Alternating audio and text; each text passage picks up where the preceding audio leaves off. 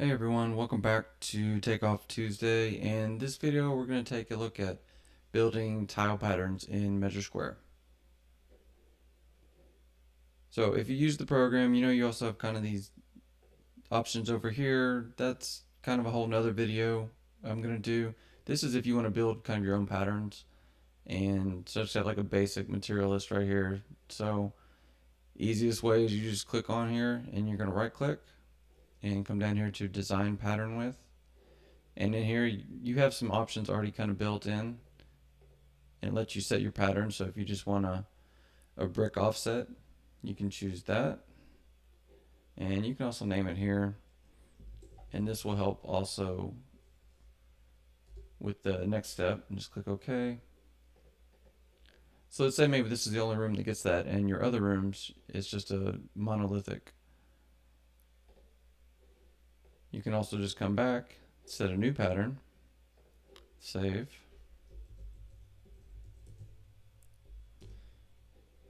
Okay, and apply those. And you can see down here at the bottom, you still keep both these choices, and they're kind of separate. So if you run into another room that is brick, say this one's brick, go ahead and drop it on there. And all that's going to get combined into one carpet number, which is really cool. So that's one thing. I use that for a lot, and that kind of helps when you're labeling so you can tell those apart quickly. Because if you get a bunch of them, sometimes it's hard just looking to see what the pattern is, especially if you have a darker color like this LVT. If it's brown, it can be tough to see what the pattern is here in this little preview. So if I have more than one of something, I do like to label it so that I know. That's one. Another one I use it for is if I have a pattern that's repeating. Wait, repeat that one. And same thing. So you can just pick. So let's say I have a VCT pattern of these four. You can just pick any of them. It doesn't matter which one. And then we'll go right click, design pattern with. And in here, so switch that. This grid right here will let you add materials to. And it's only going to let you do it if they're the same size. So just keep that in mind. But let's say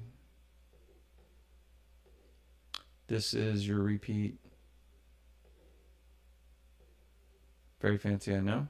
You noticed, I noticed, we all noticed. Instead of having to go back through and, color your tiles one by one, you can just do that. Click OK. And then there's no actual VCT on this job, but let's pretend. We do that a lot in these videos. So then you have this whole pattern already built out, right? And so if you had a grid on there, then you could just adjust, just adjust it however to make it match up. If they were nice enough to draw this pattern for you, this is how you would do that. And so this saves you from having to go through, and let's say you just had VCT. Instead of having to go through and try and match this out and color it, right? If you have something where there's a repeat, you can build it in here, and then you'll get your previews here, so you can adjust it until you get that repeat just how you want it. It gives you some options over here to the side. So that's another one I use it for a lot. Another one is you can kind of make your own special patterns. So like for tile, say you have a backsplash, and same thing. And I'm gonna see if I can just do this on the fly. It's been a while since I tried this, but let's say you want to make a chevron pattern. So we'll just go here. So that dotted line right there tells you when you're at a 45. So I'm going here and just this is rotate. And you pick your 2 points. And then I'm at 45. And then you can drag in the corners. So for that, you could use this saw. And that'll let you cut off a section. And the pink highlighted part is what's going to drop off. So you can just right click off there, and do it over here too. Okay, so you need to click over here first and select that material. Come down.